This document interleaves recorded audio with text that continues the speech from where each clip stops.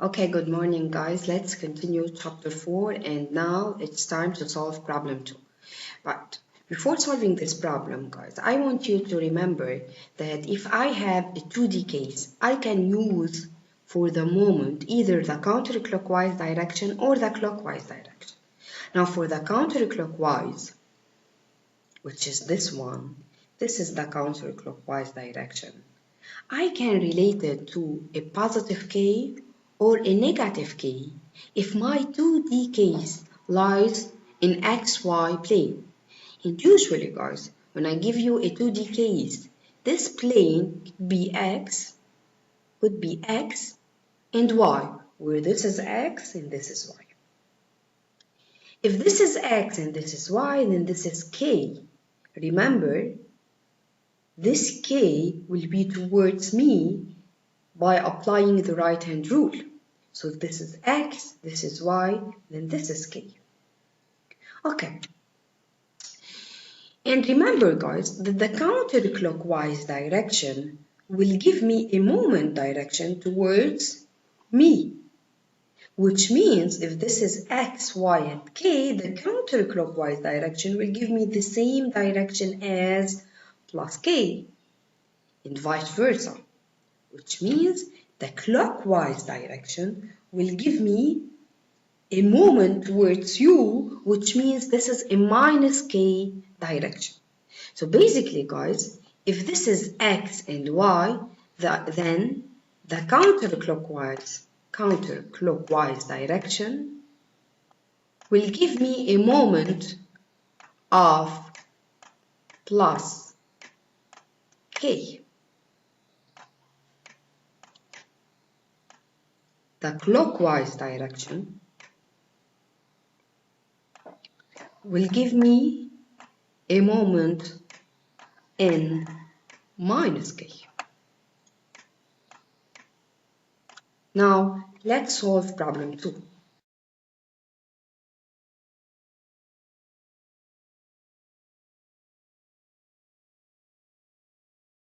So guys, this is problem 2. This is the question. It is to find the sum of moment or the resultant moment. Remember, the resultant moment is the algebraic sum of all the moments of all the forces that cause rotation about O. Okay, so this is the resultant moment about O, which means that the sum of moment about O or around O. Let's start. The first step ever is to indicate the direction of rotation. So you should indicate whether it is the clockwise direction or the counterclockwise direction is your positive direction, since this is a 2D case. Okay, so I will assume now that the counterclockwise direction is my positive direction. You can either assume that the clockwise direction is your positive direction. It's up to you. Now, for those who want to apply the right-hand rule, in this case, guys, if you want to apply the right-hand rule, you should remember that the moment is always perpendicular to the plane containing the force and the arm, which is here x, y. So since the moment is perpendicular to the plane xy, then it is either in the positive k or in the negative k. Now since this is x and this is y, then this will be the positive k. It is towards me. The negative k will be towards the board. Which means, guys, if you want to apply the right-hand rule, which is valid for all cases, 2D or 3D cases, you can say that your positive k is your positive moment, which means if your moment is in the positive k, this will be your positive moment. And then you can do the sum, or you can find the resultant moment for all the forces. Okay, the second step, after you assume your positive direction, you should, guys, pay attention to the forces that cannot cause any rotation about O. And you should cancel out the moment of this force. As we said, guys, in the first part of chapter 4, in the first video, that any force that is passing through the point of rotation has a zero moment, because basically the distance will be equal to 0 and the moment is equal to F times d, which implies that the moment is also equal to 0. So the second step is basically to find the forces that are causing a zero moment. Do I have any force here that is passing through O? Basically, yes. F2 is passing through O, which means that I can cancel F2 out. And M2 will be equal to 0. This is the second step, and this step is to simplify my problem. So M2 here will be equal to 0. Now the third step is to find the magnitudes of these moments as F times D. And remember, D is the perpendicular distance from the force to the point of rotation. And then the last step, the fourth step is to put the sign of these moments before summing them up in the last step. Okay, so let's start by M1. M1 is equal to F1 times D. And D is the perpendicular distance from F1 to O, which means that this is D1. It is equal to 2 meters. So M1 is 50 times 2, 100, and the unit here is Newton meter because the force is in Newton and the distance is in meters. Now, M3, which is for F3, is also equal to the F times the perpendicular distance from this force to O. Now, what is this distance? Basically, this is the distance from F3 to O. Okay, so this is the distance from F3 to O. Now, how can I find this distance? It is basically this one, 4 meters, plus this one. Now, what is this distance here? This distance is the adjacent side to this angle, which is given as 30 degrees. Which means that this distance here is equal to 30 Newton cosine 30 degrees. Remember, guys, if the side is adjacent to the angle, then you should use cosine. Now, if the side is opposite to the angle, you should use sine. So this distance right here is equal to 30 cosine 30. And this distance right here that is not used for 40 Newton for F3 is equal to 30 sine 30. It is basically used for F4, we'll see it later. Which means, guys, that M3 is equal to 40 Newton times the perpendicular distance to 40 Newton, which is 4 meter, plus 30 cosine 30, and the unit is also in a Newton meter. Now, what about M4? This is a 20 Newton. I should find the perpendicular distance to O, which is this one.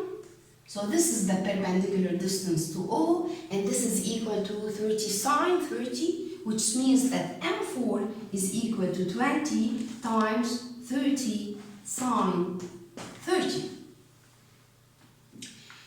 Now, let's do the sign. So let's find the sign, assuming that the positive sign is counterclockwise, or basically, in other words, it is the positive K if I want to apply the right-hand rule.